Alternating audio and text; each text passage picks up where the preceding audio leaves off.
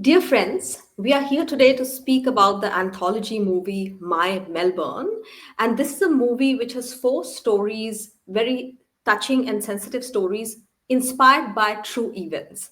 And today we have with us, and these four stories are actually titled Emma, Nandini, Jules, and Setara.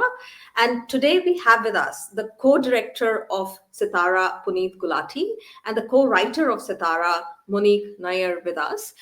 Puneet and Monique, thank you so much for joining us today. Thank you. Thank you for having us. Yeah. Thank you so much for having us. So let's start with the movie itself. It's a kind of a novel concept, and it's based on true events. So how did the idea of this movie come about?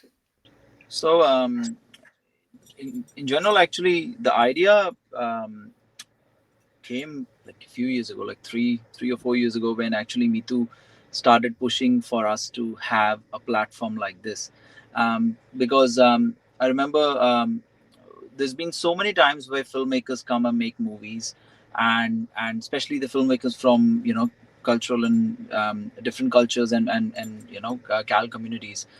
There's not enough platforms for us to be able to share those stories, where we come from, how it's been for us, or the feelings we have, or what we felt the first time we landed in this country, or any XYZ story that we all have with us.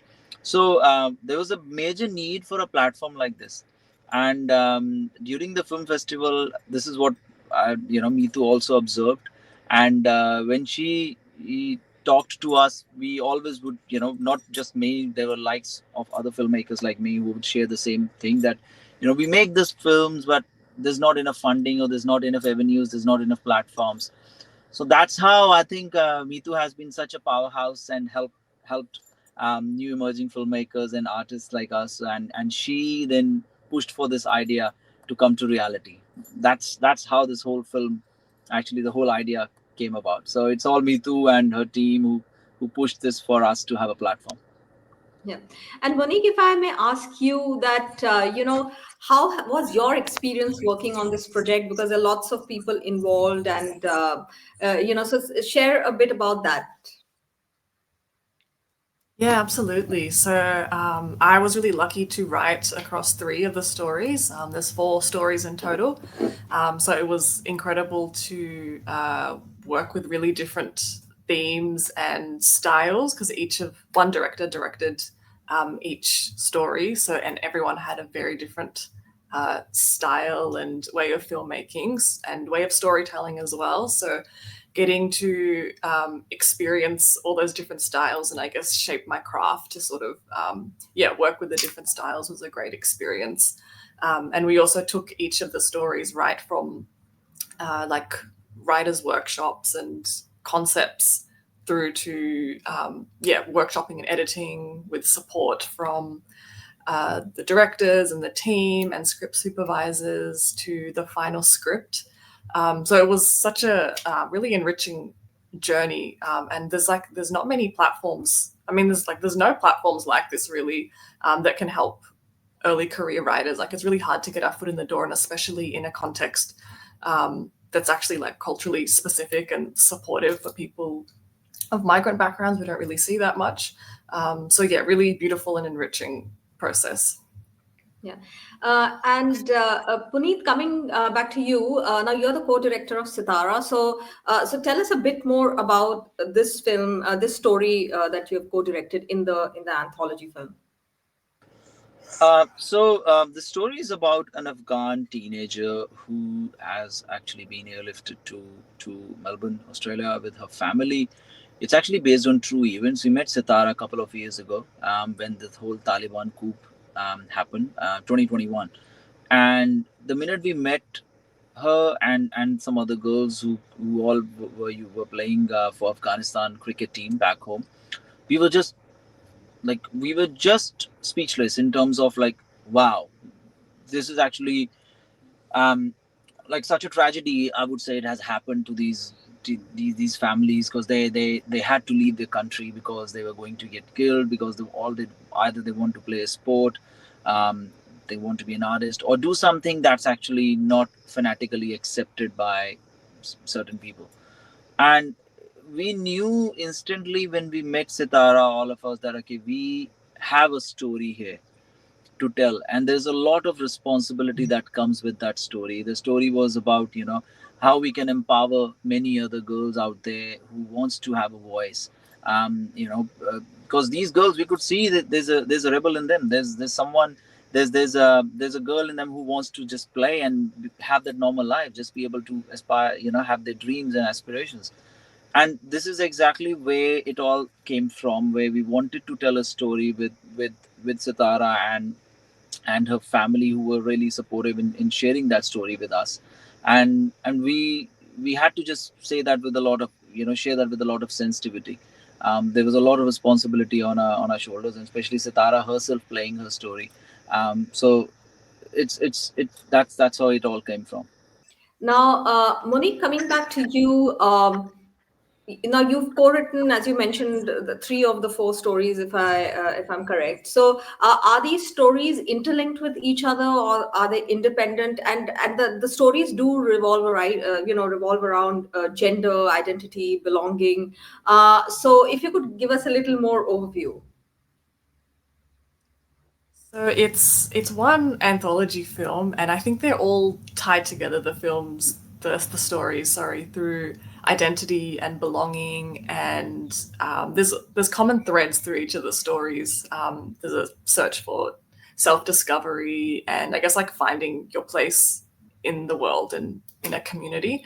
Um, they are separate stories with separate characters, but there's some overlap, and I think it feels cohesive in the spaces it occupies and the themes it explores. And each story, it reflects a key pillar of diversity. So there's race, disability, gender, and sexuality. So Setara came under the race concept, and that was really incredible to write with Nazifa, who was on the Afghan women's cricket team. And I think, Puneet spoke really well about how delicate and careful we were in, reflecting their experiences and trying to get things culturally specific, and do justice to their story. There's also the story Emma, directed by Rima, which I co-wrote with Samira, and that's inspired by Samira's own experiences of being deaf and having Usher syndrome and her love of dance. And it's a really gentle coming of age story. And then another story, Jules, which I co-wrote with Shivangi Bhowmick and Arif Ali, and that follows a young Indian woman who's new to Melbourne and newly married, and her unlikely connection with a homeless woman as she figures out her life and her relationship. So those are the three I worked on. And then there's also Onir's story, which is a really beautiful story about grief, a gay couple, and a father and son's reconciliation. Yeah. That's like a really interesting mix of stories there. And Puneet, if I may ask you, how challenging has this process been? Because sometimes, as you're mentioning, people coming from CAL backgrounds, this is a difficult industry to break into, and very competitive. So how has your overall experience been? And of course, the movie is going to be released tomorrow in Australia, New Zealand and Fiji, and in India on the 14th of March. So what are your expectations? See, the whole process has been challenging, and as I said, we need more avenues like this. I think I have a lot of hopes from this movie because I feel it will open a lot more opportunities for emerging filmmakers who wants to make a mark and do something.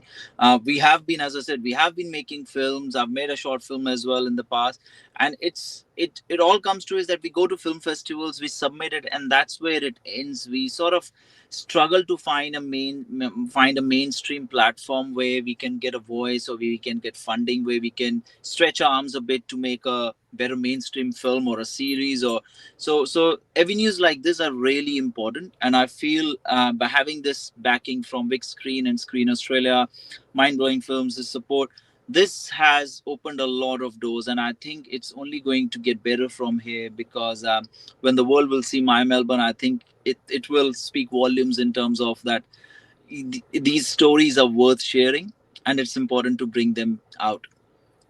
Yep. And Monique, just one final question to you: that if you had to pitch the movie to viewers, that why they should go and see the movie, what would you like to say?